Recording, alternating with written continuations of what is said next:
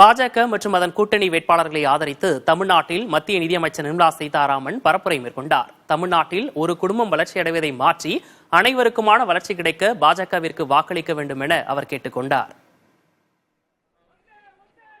ஓசூரில் பாஜக வேட்பாளர் நரசிம்மனை ஆதரித்து மத்திய நிதியமைச்சர் நிர்மலா சீதாராமன் வாக்கு சேகரித்தார்.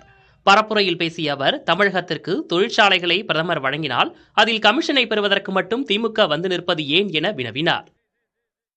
போதைப் பொருட்கள் மூலமாக கோடி கோடியா சம்பாதிச்சு தங்களுடைய குடும்பம் வாழணும்னு பாக்குறாங்க. போதை மூலமாக வரக்கூடிய ஆதாயத்துல பிழைக்கக்கூடிய எந்த குடும்பமும் வாழ்ந்ததில்லை. பிறரின் வாழ்க்கையை கெடுத்து, இளைஞரின் வாழ்க்கையை கெடுத்து அதன் மூலமாக வரக்கூடிய ஆதாயம் தமிழ்நாட்டுக்கு வேண்டவே வேண்டாம், எந்த குடும்பத்துக்கும் வேண்டாம். அந்த மாதிரி போதைப் பொருளை வைத்துக் கொண்டு அந்த ஆதாயத்தை வச்சுக்கொண்டு அரசியல் செய்யக்கூடிய அந்த குடும்பத்தை நம்ம நிராகரிக்கணும். இதனையடுத்து சிதம்பரம் பேருந்து நிலையம் அருகே நடைபெற்ற பொதுக்கூட்டத்தில் பங்கேற்று அவர் உரையாற்றினார். அப்போது தமிழகத்தில் போதைப்பொருள் மூலம் ஆதாயம் தேடும் குடும்பத்தை நிராகரிப்போம் என கூறினார்.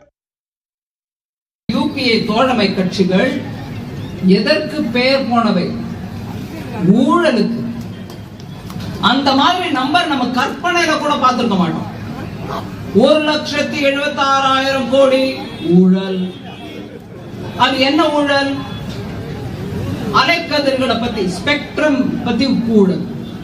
அதே மாதிரி நிலக்கரி பற்றிய ஊழல். பேங்க் போன் பண்ணி என் மாமனுக்கு கூட, என் மச்சானுக்கு கூட, கண்டவனுக்கு நான் லோன் கொடுத்து பேங்க்கும் முழுங்கிச்சு, அவங்களும் முழுங்கினாங்க. ராஜராஜ சோழன் விட்டு சென்ற பாரம்பரியத்தை காப்பதற்காக தொடர்ந்து தஞ்சாவூரில் பாஜக வேட்பாளர் கருப்பு முருகானந்தத்தை ஆதரித்து நிர்மலா சீதாராமன் வாகன பேரணியாக சென்று வாக்கு சேகரித்தார்.